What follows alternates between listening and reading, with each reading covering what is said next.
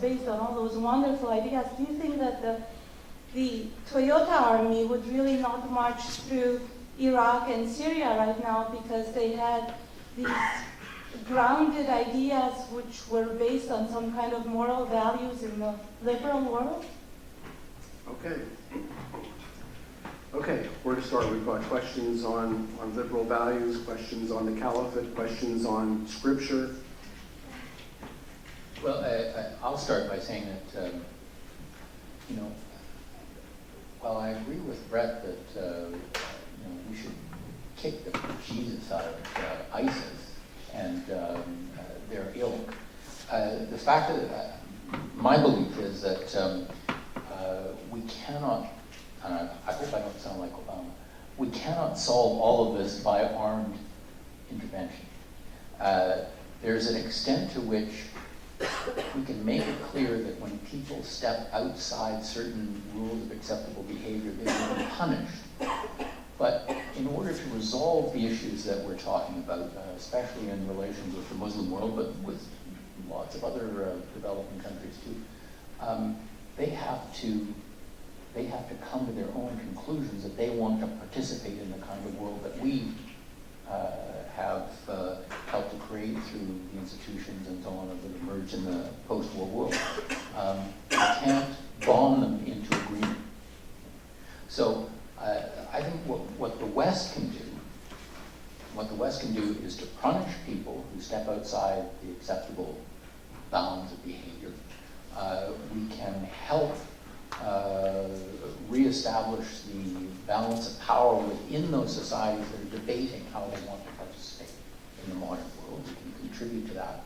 There's some extent to which we can reduce dependence on Middle Eastern oil and so on. By the way, that would be very good for Canada because we'd be one of the main suppliers to replace them, so that there's an argument from self-interest there. But I don't believe that simply saying we've got the best values, and anybody who disagrees with us, we're going to punch their lights out, is going to get us very far. Celine, last comment? Last comment. In 1979, when the Americans were being held hostage for 444 days, looking back at it, that was a moment when a message should have been sent out, and the message should have been that we'll crush you. If you don't release the hostages within the next 48 hours, there will be no Khomeini, there will be no Tehran, there will be none of you. We will smash you. That's the lesson of Japan. Truman did not suffer all night thinking about whether we should do it or not. When he was told that we have the means, at the Potsdam Conference, within weeks, he authorized the bombing of Nagasaki and Hiroshima. And the history is different. For Japan, for the West, for the relationship that has happened. I agree with Brett. In modern history, that is in modern times, pick whatever date you want to pick. I picked 1979, which was the most egregious assault by an established power, that's Iran, and it's a revolutionary government or radical government, what have you want to call it, taking Americans hostage, would have been a decisive moment. But there were many other such moments. A Muslim radical movement of the sort that now is ISIS, long time coming together, should have been dealt with in a manner that would have taught the Muslim world a profound lesson. Charles Napier taught to the Indians trying to put a woman on the burning pyre of her dead husband. Muslims haven't learned that lesson. And what the lesson that Muslims have learned, that is, I'm talking about Muslim, by the sheer lack of, the limitation of words, as if all Muslims are the same. We're talking about 1.7 billion Muslims. The Muslim world is very diverse. And so there are all sorts of people in there. But the one that needed to have been taught the lesson, and they were not, and they took the wrong lesson, that the West is weak and we can push the West, and they will compromise. See? And that moment is gone. But if you want to reconstruct that moment, we can reconstruct with the events that are happening. Taliban should have been smashed. ISIS Should have been smashed after they took Mosul, you know. What is the second guessing about the Gaza war? They should have been smashed. And a lesson should have been driven home. But that hasn't been done. When Pakistan was getting the nuclear weapon, when they broke the agreements, when they knew, when the Americans knew, the West knew what was happening, the Cahoot station should have been taken out. We had the means and we had the resources, but it was not. So there have been all these missed opportunities, and the cumulative lesson is not for the gentleman who asked whether and how we're going to understand the Quran. That's not for you to understand. You can read it for your own pleasure. It's the battle of the Muslims have to fight it out. How the Quran has to be understood. And we are fighting it out. And this is an old battle. And it will be fought out. But for the West, there is another battle. They should have sent a message if they do care about it. But if they don't care about it, then you will have presidents like Obama engaging in trying to be a theologian and they have no knowledge about what it is they're talking about. And I think that's the indication, the significance, the symbolism of Obama saying ISIS is not Islamist. The West has lost its own sense of coherence and identity. That it is the Americans who elect them. I talked about how is it in 2008, I was writing about it, how is it that the Americans are electing this Harold Hill?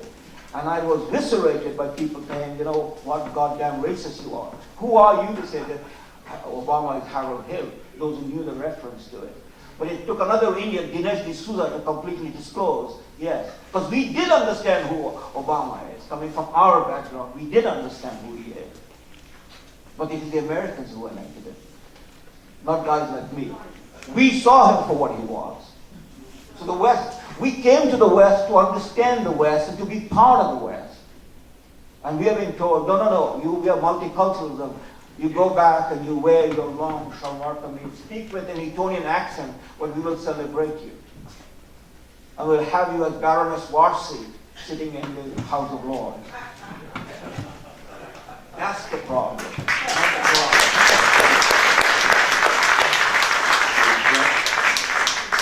Small note of disagreement with Brian. You cannot bomb other people into agreement. You can bomb them out of their disagreement.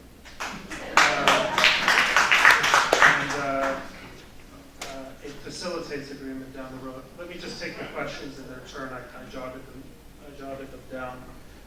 How will the world cope without American power? That's a very profound question.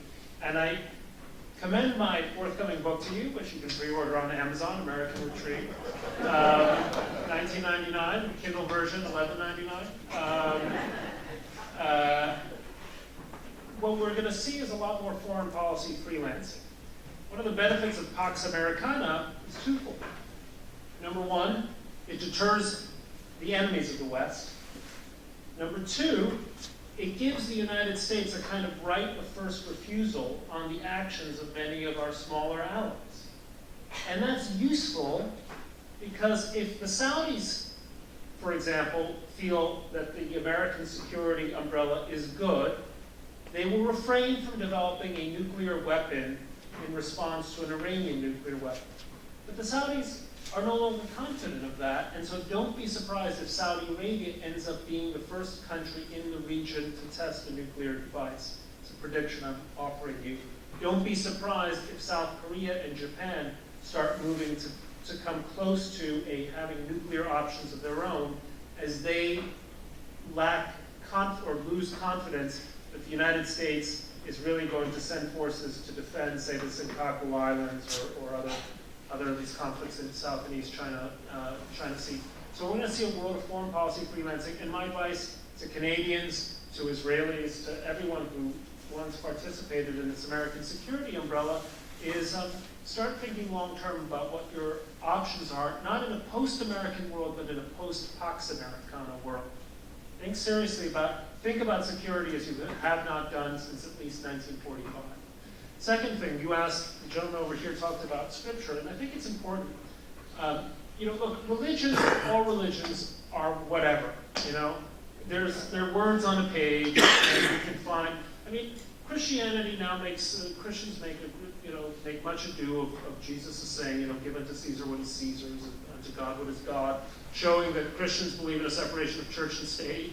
But for, over 1,000 years, Christians didn't believe that. Why? Because that phrase simply was interpreted in a different way. So in a way, I mean, if I can be super provocative and get myself into trouble with whoever's videoing this, the problem is not Islam. The problem is Muslims. That is to say, the problem is who is interpreting this group of words known as the Quran or the Hadith, which could be interpreted in 1,000 different ways. Look, there's craziness. I mean, I'm Jewish. There's all sorts of craziness in Judaism. I mean, one of the stories is Isaac's sons go and slaughter an entire village, circumcise the men, have them circumcise themselves, and then they don't slaughter them because they've raped Dinah, right? So maybe this is this could be activated 1,000 years hence as proof, of a genocidal intent, in the hands of some new version of Judaism. It's not, because it's different. If you read the Book of Mormon, I was once handed a copy. This strikes me as insanity, right? But on the other hand, Mormonism seems to be a religion that produces very good people. I don't know why, they just do. So, it's not a matter of what is in the Quran or the Bible, new or old, right?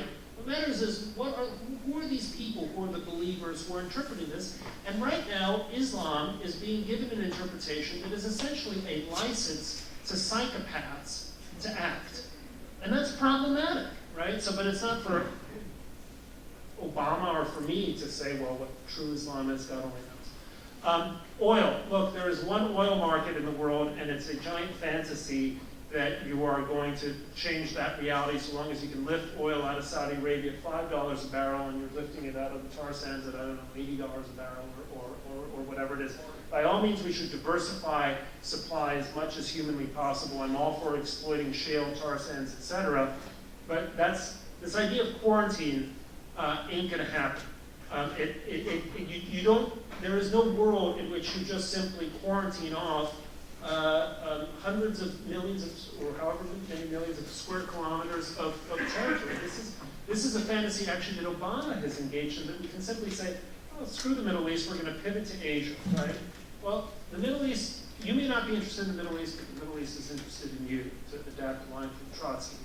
I'm a great fan of Trotsky. So